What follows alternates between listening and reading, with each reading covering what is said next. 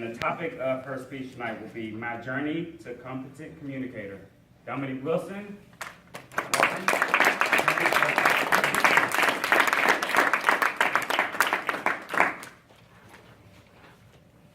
Good evening, everyone.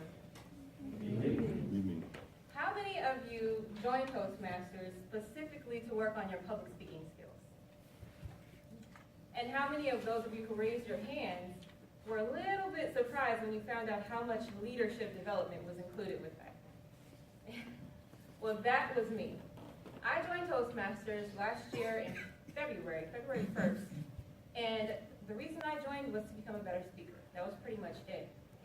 I knew that improving my effectiveness as a communicator would build my confidence, would help me improve my relationships, and also to take my business to the next level. What I didn't know, however, was that developing leadership skills was really the most crucial thing to my ability to cultivate happiness and success in my life. So that was also the area of my life that needed the most attention.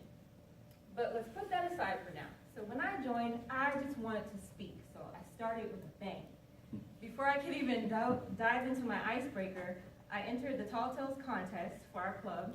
I won at the club level, I won at the area level, but then when I reached the division level, I didn't even place. Now I was so ashamed about that later that week when we had another meeting, I didn't even show up. Because in my head, I thought that because I didn't win the contest, that meant that I had failed. And I didn't want to accept that. So that night as I sat at home, I had to ask myself a really tough question.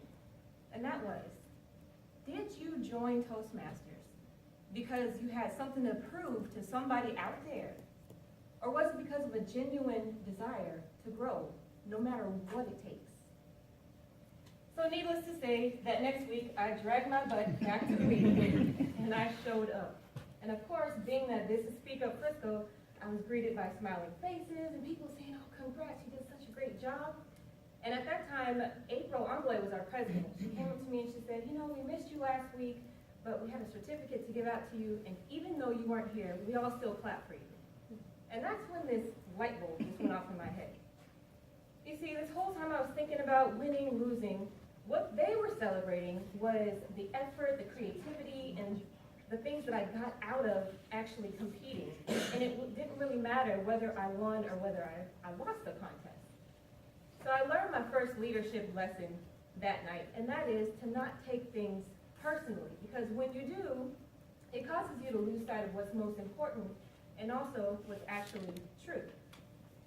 As a person who's constantly inspiring and empowering other women to love themselves and to create their best life, I decided to take a really deep dive into this idea of leadership development. And from that day forward, my number one guiding principle before everything that I do as a Toastmaster, as an entrepreneur, and as a mom is service.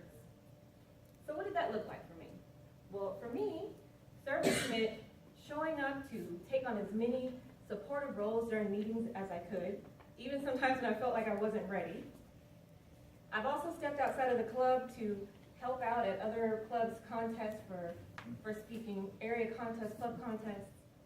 I've also been a facilitator and a trainer at TLI, which is Toastmasters Leadership Institute. I have also chaired a contest recently. I gave a sales presentation 2 months ago to another club from the Successful Club series. I'm constantly mentoring a few members within this club environment. I'm also in my third term as a vice president of public relations for this club. I'm also an assistant area director for Area 26. And I'm one of the people that's on the Pathway Survival Guide Task Force, which is a small team that's going out to 90% of the clubs in the Frontier Division over the next 30 days to offer hands-on training in pathways. Now, outside of Toastmasters, I'm also a homeschooling mom to 2 little boys, 3 and 4. I'm a wife, I'm an active blogger, and a spiritual entrepreneur. And if you're wondering, yes, I make time for self-care every single day. Now, it's really ironic. All the energy that I pour into Toastmasters with purpose gives me so much back. This past 18 months, I have gained more than any other time period in my entire life. My skills have grown, my business has grown, my influence has grown, my network has grown. I'm a lot more focused, organized, and disciplined in other areas of my life that have nothing to do with Toastmasters. And I continue to feel more re-energized and re-inspired as I go along. So to bring this all to a close, the one thing that this all has taught me is that the real transferable value of being a Toastmaster doesn't always come from being in the spotlight as a public speaker. It comes from practicing the art of servant leadership by helping others to develop their success and achieve their goals.